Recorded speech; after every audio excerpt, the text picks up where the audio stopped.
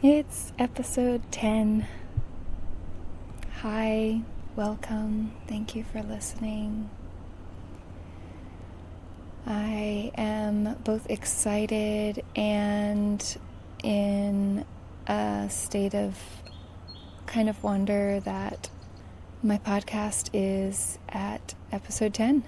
It came pretty quick, though, as you know, I am slow to release podcasts for various reasons.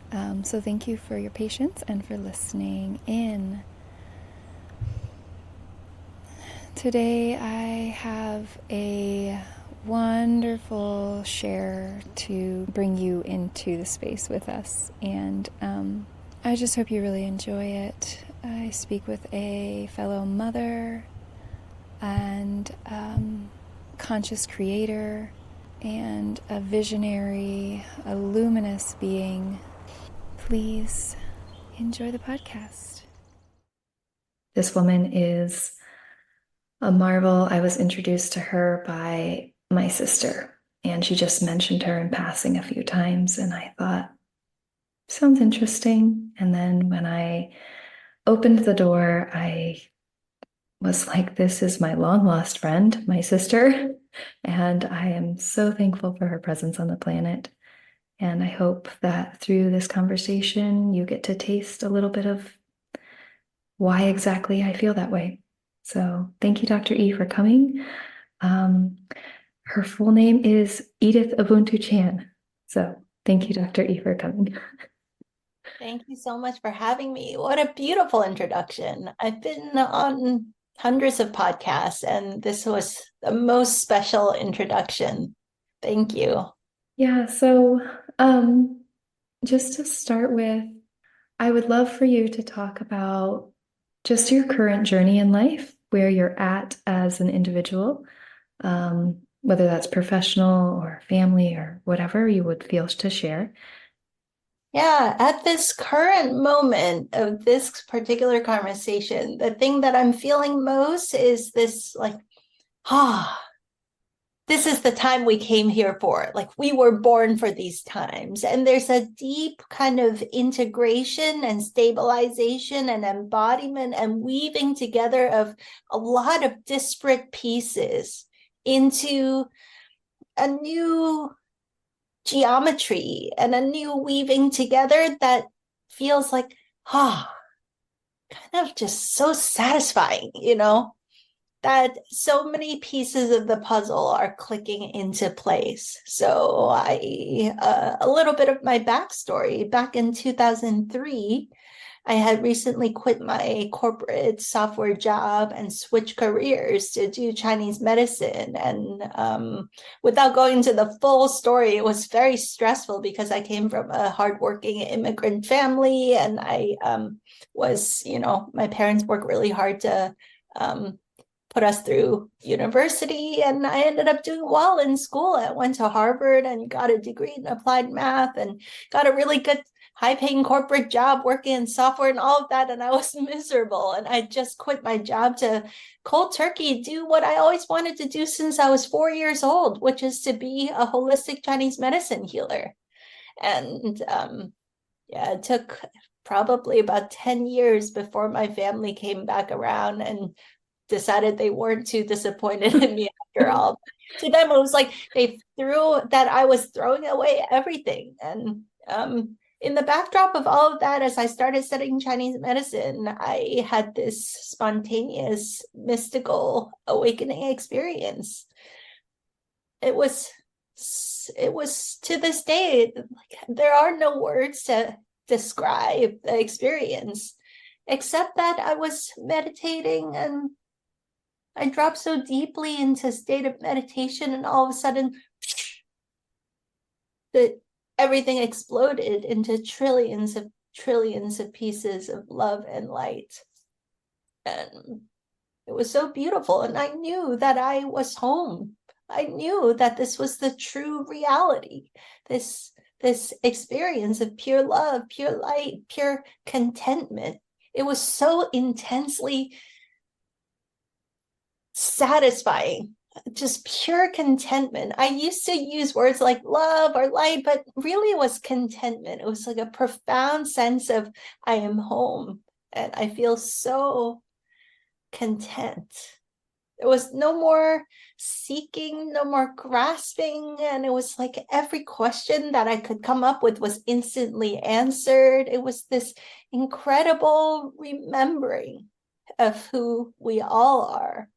And eventually I heard this meditation teacher from far away. I was like, oh yeah, wait, there's a girl who's in a meditation class doing a Qigong practice in some chair in San Francisco in this classroom. And anyway, this trillions of pieces of love and light decided to go back to the body of this girl named Edith sitting in a classroom doing a Qigong meditation practice. And finally, when it landed back into the physical, it was this absurd experience.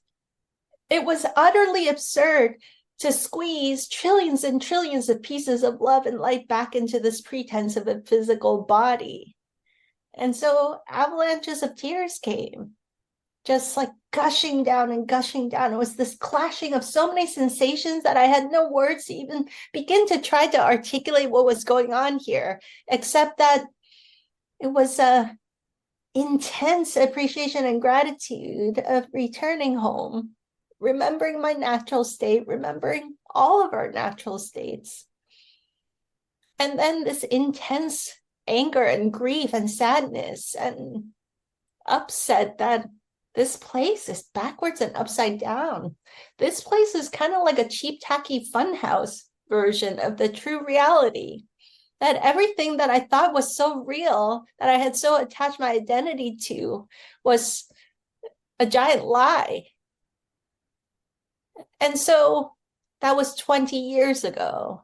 It took these 2 decades of, obviously an experience like this, it turns you into a seeker. And I started traveling around the world, reading thousands of books and just having so many interesting experiences as I tried to put the pieces back together. And right now, what is so alive and present is that we came here for this. This is actually why we came here, to temporarily forget who we really are, go through our roles and our identities and play these games. It's like this drama of this life. And then ultimately, we had actually won the cosmic lottery to incarnate on planet Earth during this crazy time right now.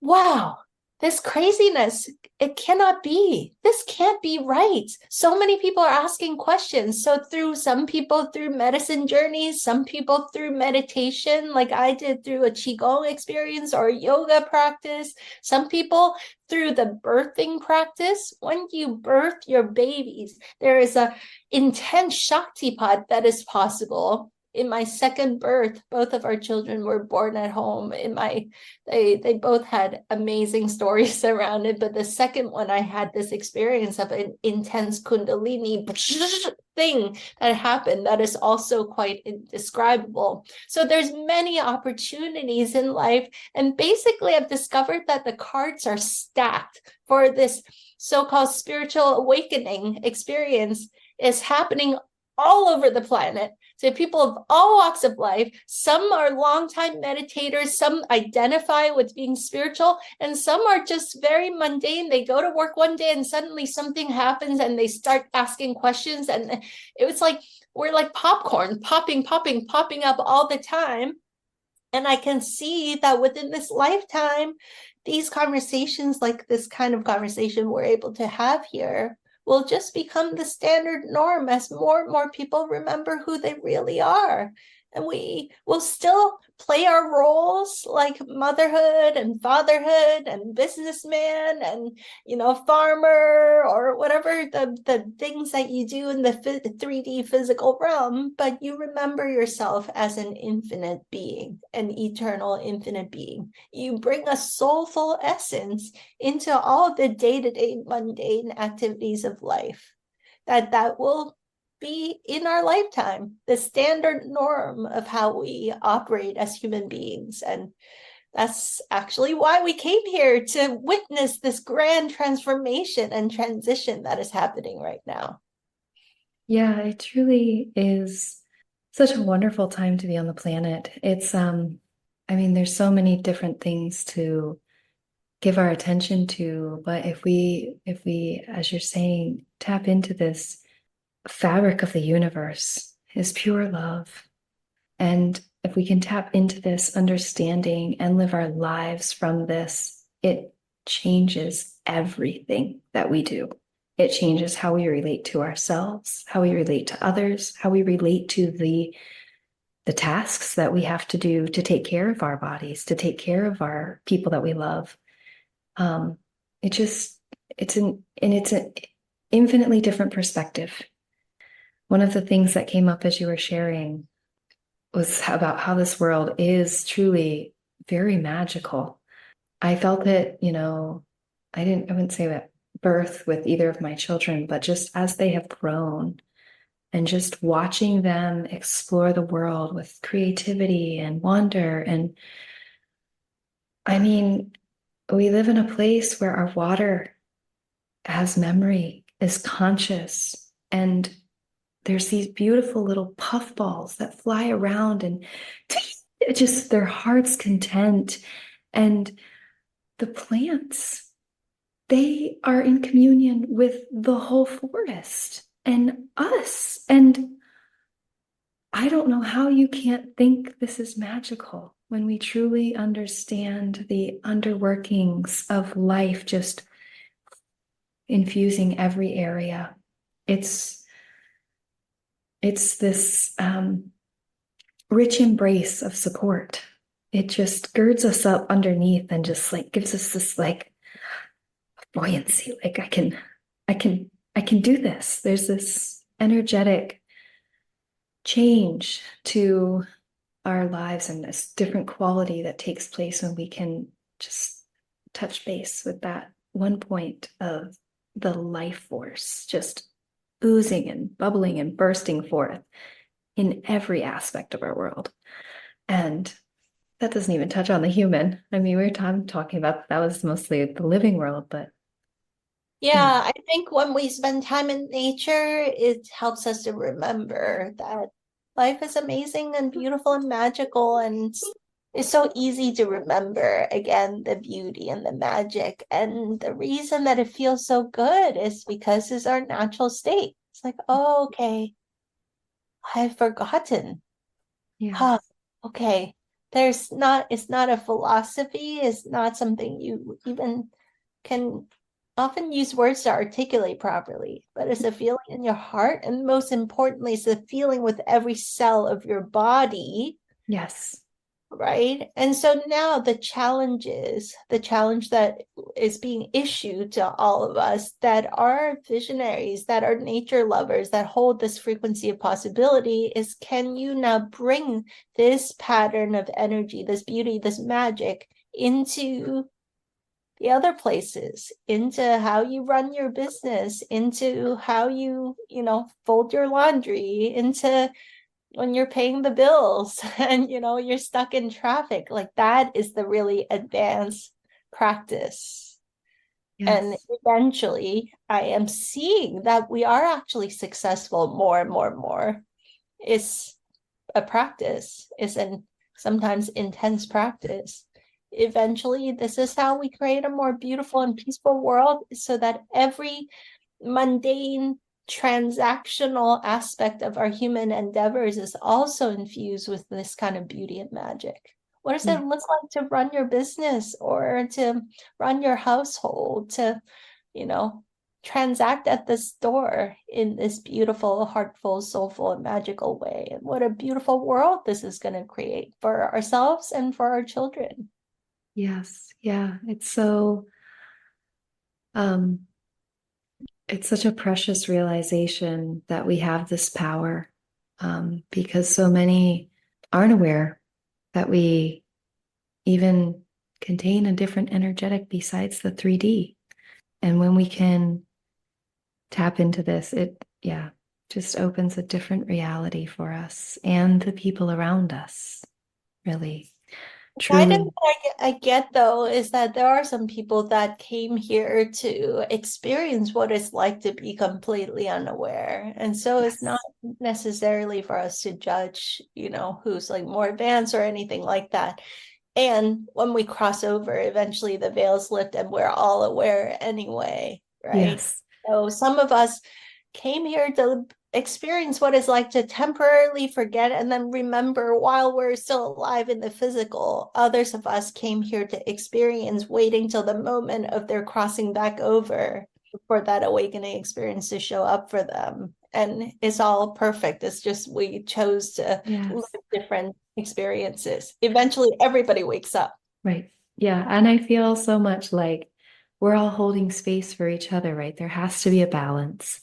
So the people who it's not their lifetime for this awakening or this realization, thank you, because I get to in this time. And there has to be this energetic balance. And we're so thankful for that.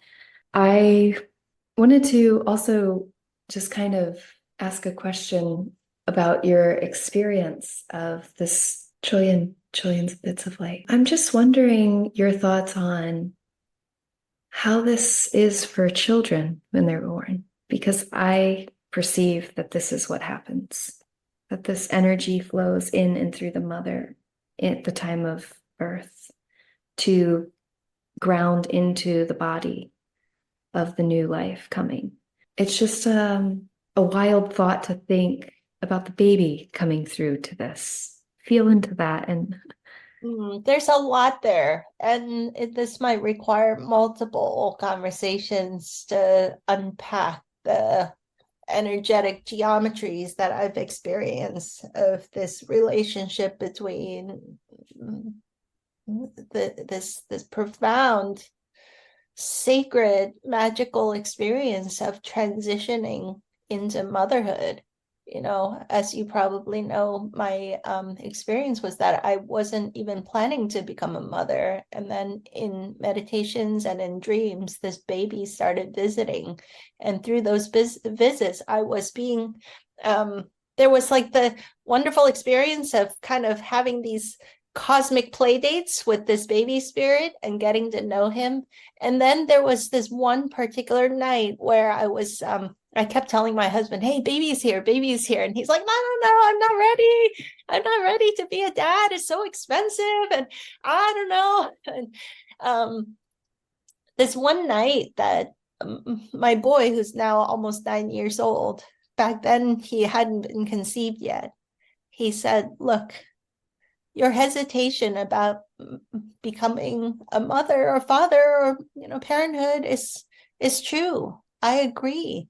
You guys have so much reservation because you've seen this way of being a mother or father in the old education system that is so much sit up, sit down, shut up, do your homework, go to your room, you're grounded, that whole paradigm. Or the flip-flop that we sometimes saw amongst our hippie friends, which was like, we want our kids to be wild, but they're like so wild that it seems stressful to everyone. yes, Like no facilitation, no container for the kids to kind of land into some kind of being held in a structure of some sort, just totally free and wild, and is stressful for everyone, and seems to me even for the kid.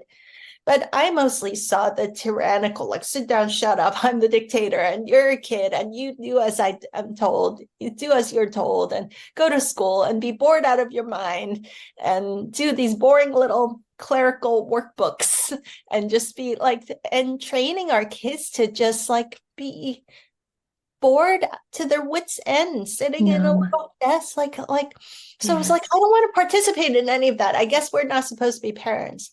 So my boy started sharing that that's exactly this new generation of children. They want to choose moms and dads and communities where we also all get that.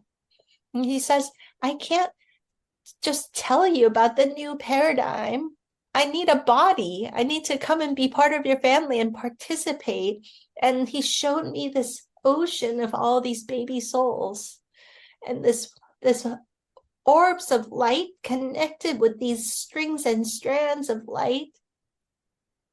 And he's showing me all this, and he says, we're all coming to the earth to blanket the earth with this new consciousness, to show through our example a new way of being human. We need bodies to do that, though. We need to come into, and he said, the precise calculations and permutations of exactly which families we're choosing to incarnate into, which beings we have chosen as our moms and dads, is so intricate and so precise. I can't actually explain to you properly. You have to take my word for it. But just so you know, you're not choosing just to incarnate me or conceive me. You're choosing to participate in all of this entire web work of interconnected souls and families and communities that are all participating in showing the world a new way of being human.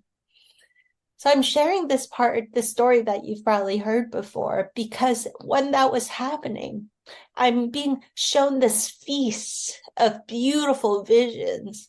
But at the same time, I got an energetic surgery in my womb space. There was a recalibration of the energetics of my reproductive system as this is happening. I could feel it. And so after that, I just felt like it was to be.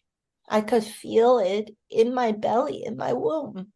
And when it was time to conceive him, we knew, we could feel in the air that this was the moment. And it was not like the usual sexy time that you have.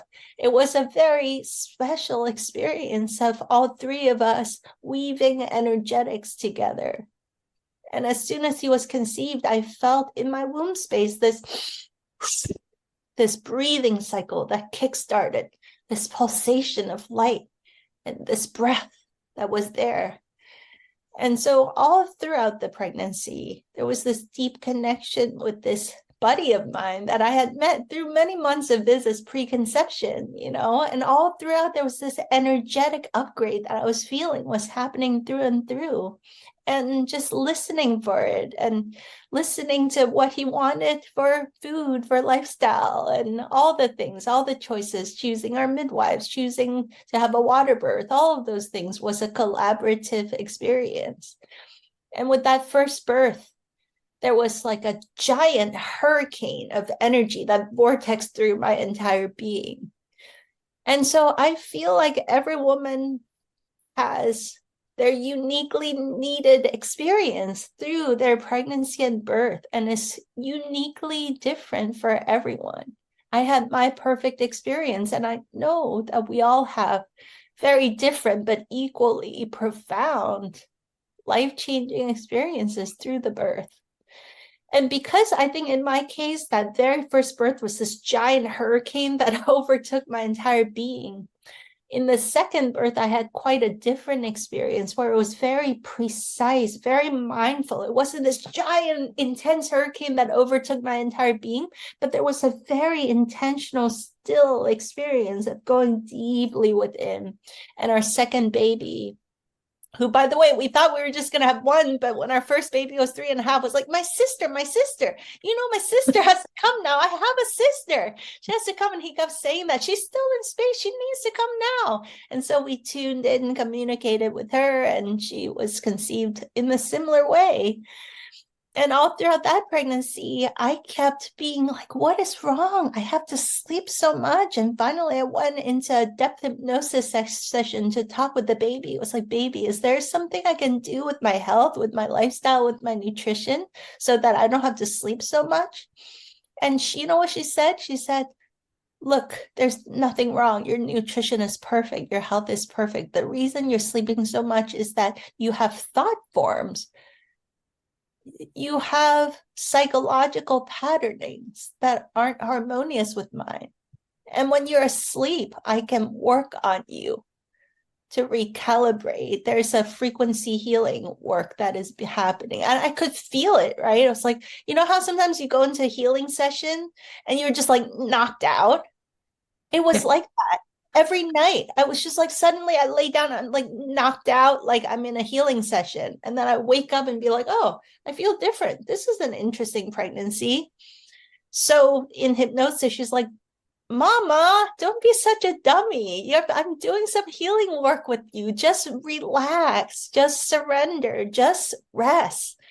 You don't have to work so hard at it. You don't have to think so hard. Like, let go of all your rigidities, And so this is a kind of long-winded answer to your question about all throughout, there were all these different energetic recalibrations and healings that took place until finally, when it was the birth time with her, our second baby required, usually the second one is faster, right?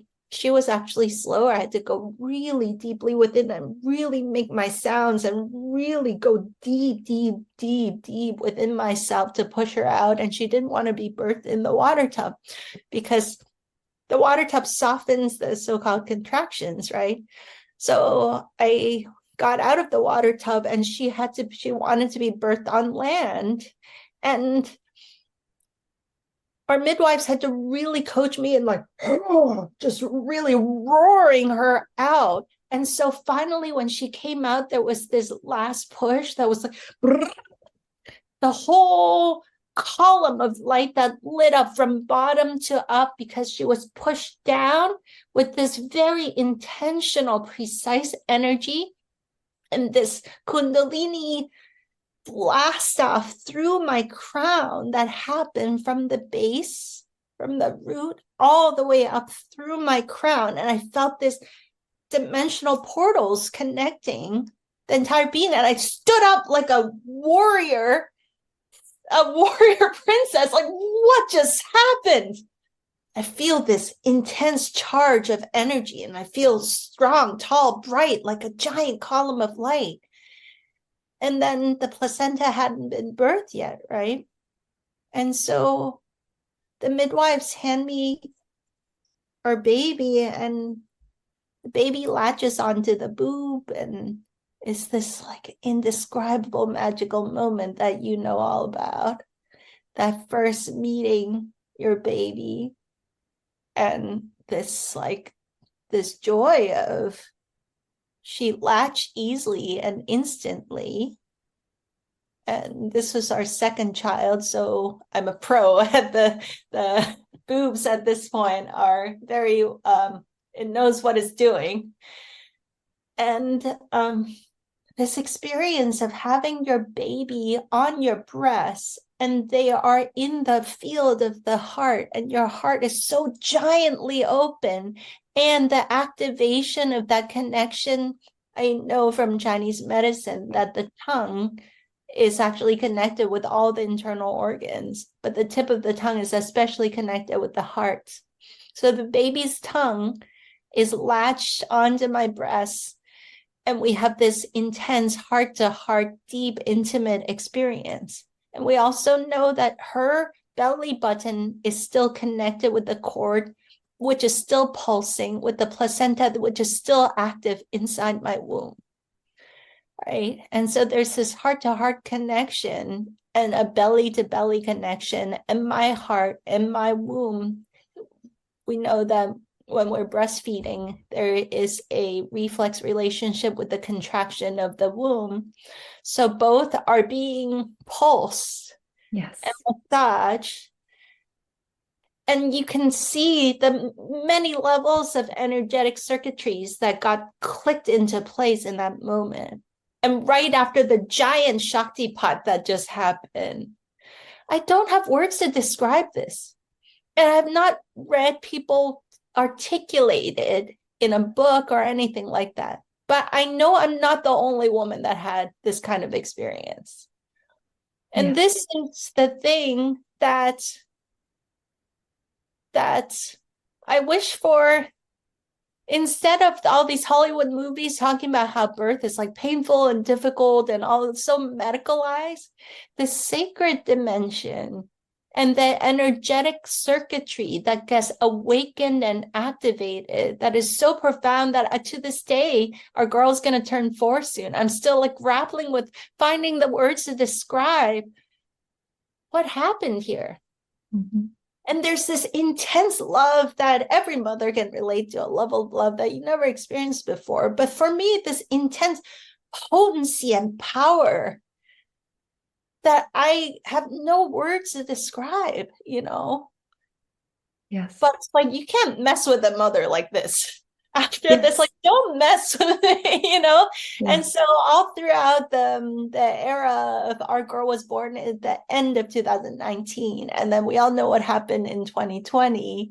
And so I really have always been kind of like a soft-spoken person, not confrontational. And to this day, I'm not a confrontational person, but you can't mess with me now. It's just like after this initiation into motherhood, you know, Yeah. yeah, I got a strong spine. Don't mess Mm-hmm. with me, you know. I Yes.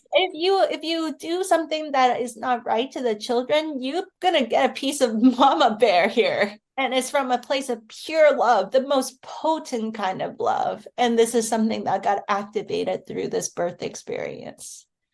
And this is it's probably scary for the so-called old establishment, you know, to Yes. have a whole generation of warrior mamas that love in such an intense way, that know who they are on the deepest level, that have the Shakti pot spiritual awakening type of birth.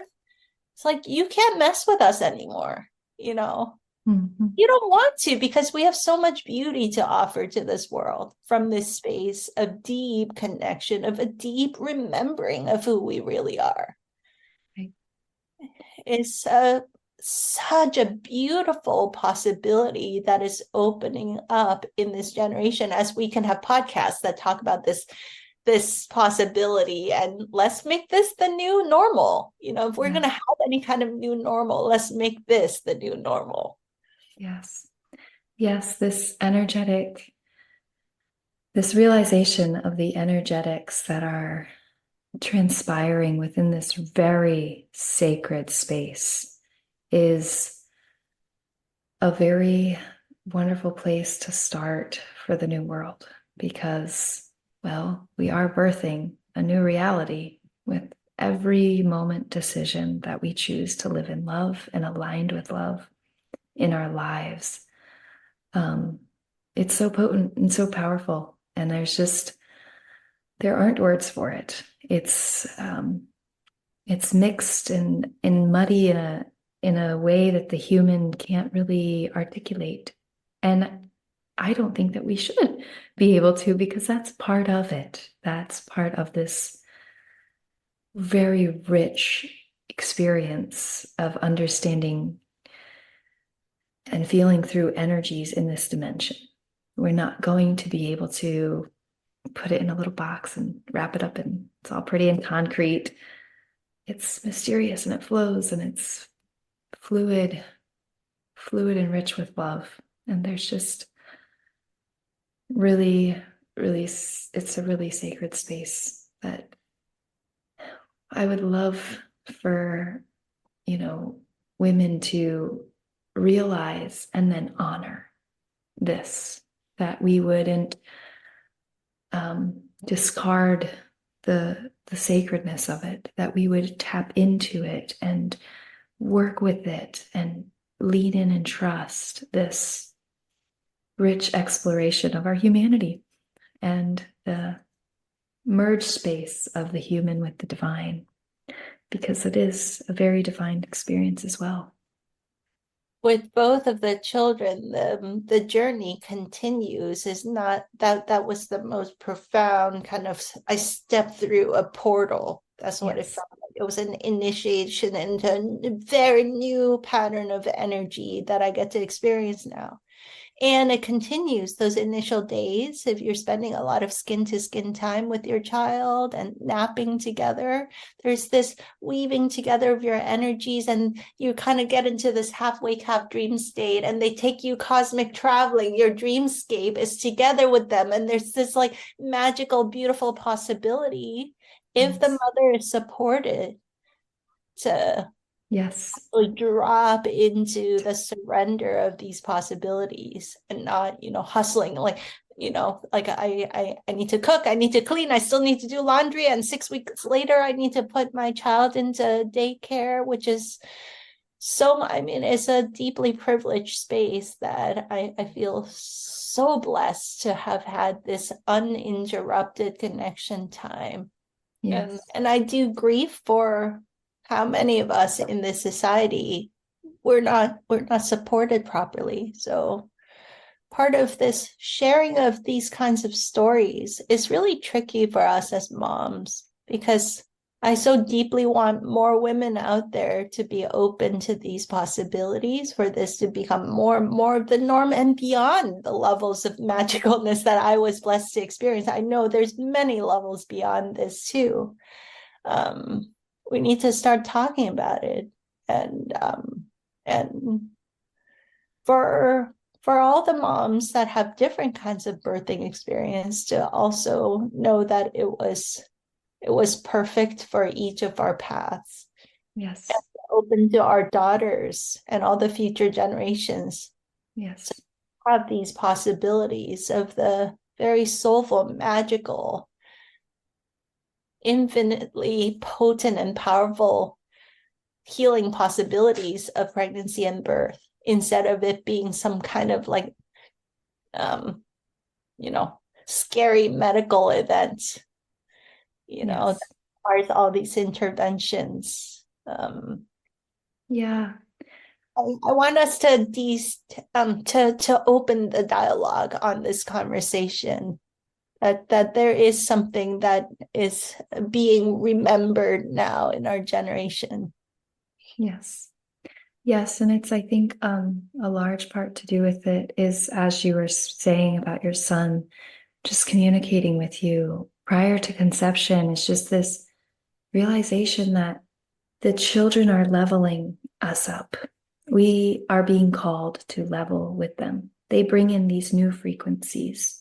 It's really precious to, it's a huge honor to be invited into that they choose us to co-create with, and that we are, and it's like you said, it's not, I mean, the portal just happens at birth, but there is this very fine tuning of this dynamic that is being weaved and meshed together as you grow with your child, and tuning into their spirit on a daily basis expands us and grows us and truly brings us into our own personal power and our own path that we are supposed to take.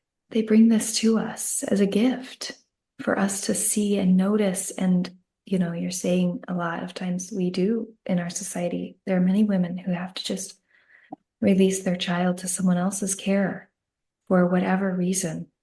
Mhm. And that's a tear, that's a break in this meshing process that is so vital, for us to create this energetic space of love and harmony the universe is seeking to create right now. Yes. Yeah, yeah, I agree. And so many things are being redefined. What does it mean to be a mother, a father? What is it? Who's teaching who here? The Yes. education, family life, what it means to be human. Mm-hmm. I mean, layers upon layers of things are being stirred to the surface, looked at, questioned, and redefined. And in my opinion, our children are pioneering all of this. They are the elders. Yes. Yeah. Yeah. And to a large degree, we are just students to their wisdom that they are bringing and sharing, and their love, their unconditional love. The child has so much patience with us adults and our programming and our whatever else that stops us from being present with their beauty. It's Yeah. such an honor to welcome these beings in to our lives and to hold the space. Dr. E, I want to be really mindful of your time. Can you tell me, I know you're writing a book, tell me about it, and when do you expect it to be birthed to the world? Well, the book is a little bit on pause at this moment. Okay. If the audience listens and looks at I have a project called the Luminous Education Revolution, and the website is luminousrevolution.com. They can see a body of work where at this moment, if you go to the website, is a 18-session journey that we take you through the inquiry of what does it mean to be human? What do we value? And what does that mean in terms of parenthood and family life and how we're choosing to enter into a new experience of so-called education and schooling, and many profound conversations there that are both soulful, mind expanding, and also very practical and grounded, solutions oriented. So all of that entire body of work and this conversation is being written into a book format. The pause is because in order for it to continue, I've taken the work about as far as I can until I can get a fundraiser going to get some help with editing, and also to expand the Luminous Education Revolution project into a new online community where moms, dads, educators, and community builders all across the planet keep reaching out to me and saying, hey, do you know someone that is doing this or doing that? Or everyone's reinventing the wheel, acting Yes. like this whole lone wolf thing. Yes. Everyone is starting from scratch, and the guidance that I'm getting consistently is we need to build the support system for us to help each other out so that we don't keep constantly reinventing the wheel. In fact, that's part of our old education systems thinking. Like in Yes. school, we're told like, okay, don't cheat, don't look things up, you got to memorize and regurgitate, and don't, that's actually how we learn. We talk with our friends like, hey, can I steal some of your answers? Obviously, we don't support plagiarism. You give credit, right? But like learning and building on top of each other's already sorted out solutions. Why would you reinvent the wheel from scratch? Yes.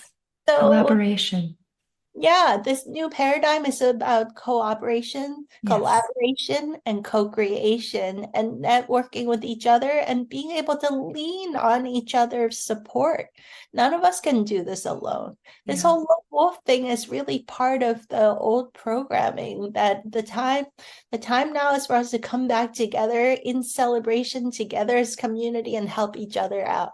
So the book is to invoke this conversation and popularize it so that we can this a lot of people are like, I don't know, am I a weirdo? This sounds so woo-woo. It's like, well, the new human is both spiritually connected and also practical and grounded and integrated and centered and stable within themselves. So it's time for us to have these conversations, knowing that we're multidimensional, that we're infinite beings having a physical human experience at the same time, that shouldn't even be some kind of fringe alternative idea. It just is. And so what Yes. does that mean in terms of education and parenting? That's what this book is about, and that's what the next version of Luminous Education will be, a platform that brings communities together and brings moms, dads, and educators together to share resources and collaborate with each other. While that is on pause a little bit, the guidance I've been receiving is that the energy of 2024 is one of the visionary way showers. And that includes the moms and the dads and the educators and the community builders who are living this new paradigm. But anybody who is showing the way of this more beautiful world that is birthing through all of us, taking ownership of the fact that a lot of the types of people that might be listening to this conversation, you are next level kind of human. And that's not an egoic thing. Is you came here in this lifetime to usher in a new paradigm of living as a more luminous, more multidimensional, more expansive kind of human being, with a higher octave of possibility that you're bringing into this physical world. It's time for us to own that and not act like underdogs or so fringe, or this is the year for us to really step into our leadership position, to participate in building beautiful solutions, to take ownership of the fact that, yeah, many of us we're born for these times, to take on this role as community builders, as solution makers, as way showers, as pioneers. So a lot of the work that I'm doing in this upcoming year is to create the support system, the group coaching containers, and the webinars, and the live calls to support people to really step fully into this, what I believe is the Dharma for a lot of us. Yes, thank you for doing that. It's a lot of work on the back end to really put these things forward. But I very much look forward to that. I have been in the hunt for this kind of energy to bring to my community. And I don't believe it should be lone wolfed either. I know the best foot forward is together. It is not alone. And if we are going to change things, it needs to be together, and it needs to be a global thing, which it is. It is for sure. So I'm so excited that you're putting this platform together, and I very much look forward to the book as well. So thank you. think the women are leading the charge, and very closely following this are the mothers. Yes. We do have a superpower of bringing people together and connecting with each other. And for all the mamas out there who are just like I am on some days, just like piles of laundry up to your ears, and Legos that are stabbing your feet, and like arts and crafts spilled all over the ground, and maybe you're also juggling your day job while nursing a baby and all of that. I feel you so much, and the reason that it feels so uncomfortable is that we're not really supposed to live like that. We're supposed to Be supported. be supported. You deserve to be supported. So for all the mamas out there that are in those moments of intensity, please reach out to your community for help. Reach out to the other mamas. Figure out the support systems, all the mamas still working together, and the share care, and the I watch your kid on one day so you can take a break and go get a massage, and you'll watch my kid, and come together in community. It's time. This is the year. It's time for us to come back together as community. Yes. Yeah. The piles of laundry are real. I think it was last night I decided to tackle the 4 weeks of not folding. Yes, I'm so feeling this too. Yeah. So thank you to all the mamas that are changing the world out there, one diaper at a time. Thank you for who you are. Thank you. Yeah, and honestly, I mean, to just be present with your child, no matter what the laundry or the dinner situation or the whatever else, I think the most potent thing that we can offer ourselves and our children is to just be present, to not be in our phones, to not be on the future, to not be in the past, but to just right here, right now. And the rest will take care of itself. Thank you, Dr. E. Thank you. Thank you for this beautiful conversation. Thank you. Truly a pleasure.